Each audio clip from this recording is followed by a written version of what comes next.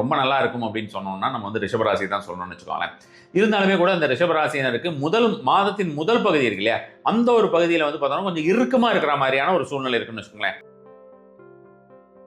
பண விஷயத்திலேயோ அல்லது வந்து பார்த்தோம்னா ஏதாவது கெட்ட விஷயம் நடந்துருமானா அப்படிலாம் இல்லை, உங்களை நீங்களே வருத்திப்பீங்க தேவையில்லாம. அந்த மாதிரியான ஒரு காரணம் தான் இருக்கும். நிறைய ஒரு ஆப்பர்ச்சுனிட்டி அப்படின்ற மாதிரியான விஷயங்கள் எல்லாம் வீட்டில் இருக்கிற ஹவுஸ் ஒய்ஃப்ஸ்க்கு கூட வரும். வீட்டில் இருக்கிற ஹவுஸ் ஒய்ஃப்ஸ் பொறுத்த வரைக்கும் பார்த்தீங்கன்னா ஆப்பர்ச்சுனிட்டி அப்படின்றது நிறைய சொல்லலாம் இல்லையா. இப்போ நம்ம ஹவுஸ் ஒய்ஃப்ஸ்க்கு என்ன ஆப்பர்ச்சுனிட்டி வரும்னு நினைப்பாங்க. ஹவுஸ் ஒய்ஃப்ஸ் மூலமா உங்களுக்கு உங்களுடைய ஜாதகத்தின் மூலமாக உங்களுடைய கணவருக்கு ஆப்பர்ச்சுனிட்டி வருது அப்படின்றது ஒரு பார்ட் இருக்குன்னு வச்சுக்கோங்களேன். பணம் அப்படின்ற மாதிரியான விஷயத்துக்கு ரியலாகவே வந்து ஒண்டர்ஃபுல்லாக இருக்க போகிற ஒரு காலகட்டம் அப்படின்னு சொன்னீங்கன்னா ரிஷபராசினருக்கு இந்த செகண்ட் ஆஃப் தான். இந்த மே மாதத்தை பொறுத்த வரைக்கும் செகண்ட் ஆஃப் ரொம்ப ரொம்ப ஃபாஸ்ட்டாக ஒர்க் ஆகக்கூடிய.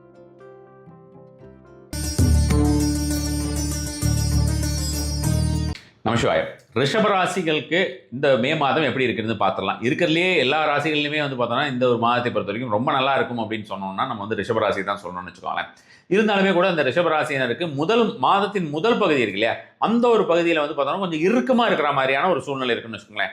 ரொம்ப அலைச்சல்னால வந்து உடல் சோர்வு அப்படின்ற மாதிரியான விஷயங்கள், ரொம்ப தேவையில்லாத விஷயத்தெல்லாம் தலையில் போட்டுட்டு நம்ம வந்து எடுத்து ஒவ்வொரு வேலையும் நம்மளே பண்ணுற மாதிரி, அது வீட்டாக இருந்தாலும் சரி, அதாவது ஓவர் ரெஸ்பான்சிபிலிட்டின்னு சொல்லுவேன்.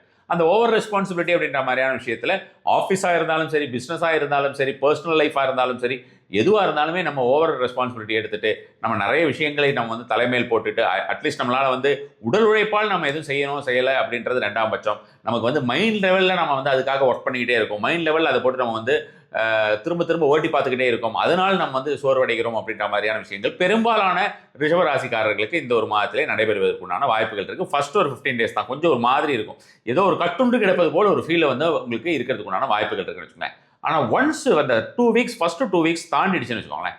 2 weeks தாண்டினதுக்கப்புறம் பார்த்தோம்னா இந்த முதலில் இருக்கக்கூடிய அந்த ஒரு 2 வாரம் கொஞ்சம் ஒரு மாதிரி இருக்கும்னு சொல்லியிருந்தேன் இல்லையா, அந்த மாதிரியா இருந்தாலுமே கூட உங்களுக்கு பார்த்தீங்கன்னா பண விஷயத்திலேயோ அல்லது வந்து பார்த்தோன்னா ஏதாவது கெட்ட விஷயம் நடந்துருமானா அப்படிலாம் இல்லை, உங்களை நீங்களே வருத்திப்பீங்க தேவையில்லாம. அந்த மாதிரியான ஒரு காரணம் தான் இருக்கும் அப்படின்ற மாதிரியான விஷயமா நம்ம வந்து கண்டிப்பாக சொல்லலாம்.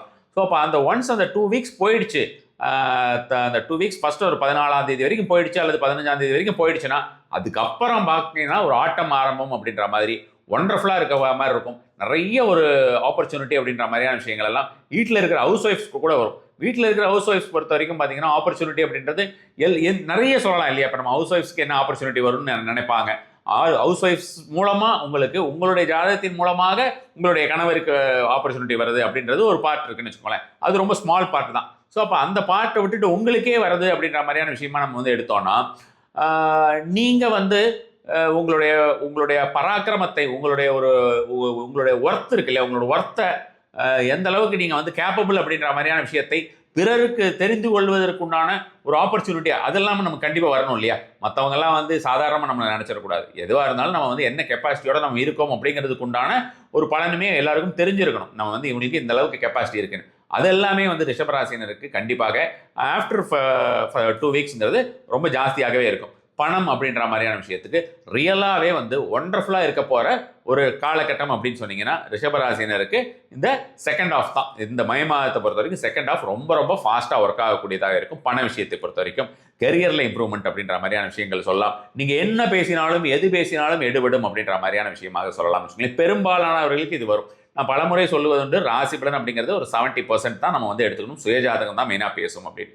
ஸோ அப்போ இந்த ரிஷபராசினை பொறுத்த வரைக்கும் கண்டிப்பாகவே மாதத்தினுடைய பிற்பகுதி அப்படின்ற மாதிரியான விஷயத்தை பொறுத்த வரைக்கும் செல்வ வளமாகட்டும், நம்மளுடைய சுகம் அப்படின்ற மாதிரியான விஷயம், நம்ம வந்து கம்ஃபர்டபுளாக வாழறது அப்படின்றதாகட்டும், அதே மாதிரி வந்து பார்த்திங்கன்னா நம்ம என்ன சொன்னாலும் அந்த சொன்ன விஷயங்களெல்லாம் நடக்கிறது அப்படின்ற மாதிரியான விஷயமாகட்டும், யாருக்கிட்டையாவது நாம் எதையாவது ஒரு விஷயத்தை புட்டப் பண்ணுறோம், ஒரு கோட் பண்ணுறோம், ஒரு பிஸ்னஸ்ன்னு எடுத்துக்கோங்க, ஒரு கொட்டேஷன் கொடுக்குறோம் ஏதாவது ஒரு விஷயத்துக்கு அப்படின்னா கொடுக்குற கொட்டேஷன்லாம் பெரும்பாலுமே நமக்கு வந்து வெற்றி கிடைக்கும் அப்படின்ற மாதிரியான விஷயமாக. அதுக்காக நம்ம வந்து கண்ணா பின்னான்னு ஒரு அன்ஹெல்த்தி இதுன்னு இப்போ நம்ம வந்து கோட் பண்ணுறது அப்படின்ற மாதிரியான விஷயத்தை பண்ணிவிட்டு எனக்கு தான் வரும்னு நினச்சிட்டு இருந்தேனே அப்படின்ற மாதிரி நம்ம வந்து பண்ணோன்னா அது தப்பாக போயிடும். அப்படி இல்லை, நீங்கள் ப்ராப்பராக பண்ண வேண்டிய எல்லா விஷயத்தையும் ப்ராப்பராக பண்ணிங்கன்னா அப்படி பண்ணாலே முக்கால்வாசி பேருக்கு பலன் கிடைக்கிறது இல்லை, அது உங்களுக்கு கண்டிப்பாகவே நல்ல ஒரு பலனாக கிடைக்கும் அப்படின்ற மாதிரியான விஷயமாக ரிஷபராசினருக்கு எடுத்துக்கலாம்.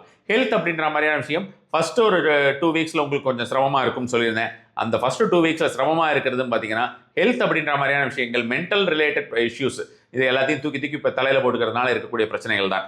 அந்த அந்த பிரச்சனை எல்லாம் உங்களுக்கு 2வது வாரத்தில் அதாவது 2வது வாரம் முடிஞ்சோன்னா ஓடி போயிட போகுது. எல்லா வித நன்மையுமே நடக்க போகுது ரிஷபராசினருக்கு. நினைச்சதை விட பிரம்மாண்டமான ஒரு மாதமாக மே மாதம் கண்டிப்பான முறையிலே ரிஷபராசினருக்கு இருக்கும்.